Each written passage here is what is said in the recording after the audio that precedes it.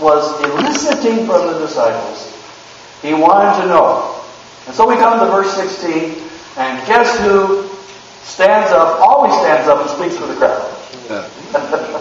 He can't help himself. And so Peter pops up and says, what does he say?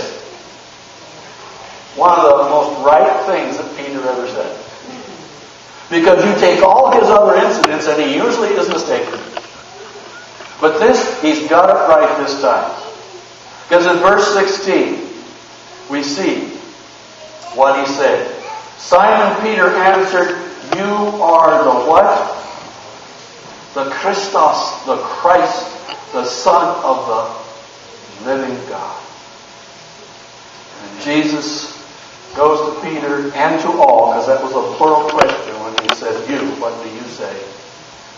He said, there's only one way that this has been revealed to you. Not by man, but by what? By God himself.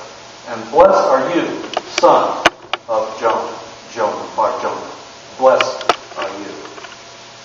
And so, Peter responds correctly. Now I come to two of the most controversial verses in the Bible. Perhaps two of the most controversial verses in Christianity. And I'll read them to you first. And then we will look at them and try to discern what it means. Verse 18. Jesus says, I also say to you that you are Peter, and upon this rock I will build my church, and the gates of Hades will not overpower it. I will give you the keys of the kingdom of heaven, and whatever you bind on earth shall have been bound in heaven, and whatever you loose on earth shall have been loosed in heaven. By the way, the NASB is the only translation that translates that verb correctly as a perfect impassive. All other translations translate it wrong. The Greek is very clear, perfect impassive. So, shall have been bound and shall have been loosed in heaven already. That's what it means. Alright, why is this text controversial? About the 6th century, the Dark Ages church changed their interpretation of this text.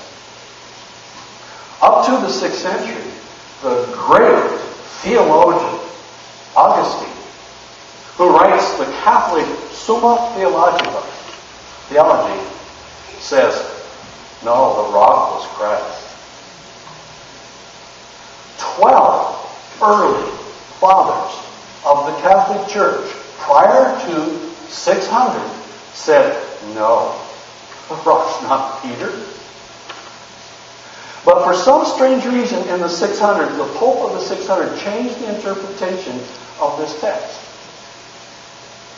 And from the 600s to this very day, here is what this text says to a Catholic theologian. Peter was given the keys which admit or exclude a person from heaven. And that to Peter was given power to absolve or not absolve anyone from their sins.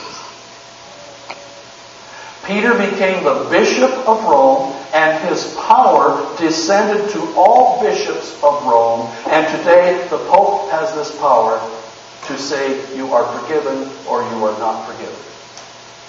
Now, if you know the context of the Dark Ages church, you can see how this absolute horrid translation of these verses, absolutely incorrect as to what they say, happened. Because during the Dark Ages church, and even the Catholic Church today, has asked for apologies as to what their church did during the Dark Ages. Okay? Let's get that straight. But that change in philosophy, if you teach that I have your salvation over your head, that's very powerful. And we know there was not much religiousness, mostly politics during the Dark Ages church, right? Even Catholics will agree to that. What does the text really say? What does it really mean? Well, it's a play on words. Petros. What do you mean by a play on words? What's that mean?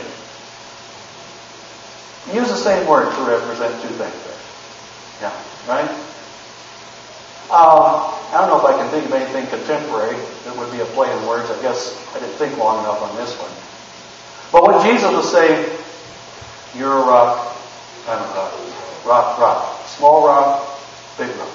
Small rock, big rock. Okay? By the way, was Peter part of the foundation of the early Christian church? Absolutely yes. Revelation, the symbolism of Revelation says the apostles are the what? Their names are written on what? The foundation stone.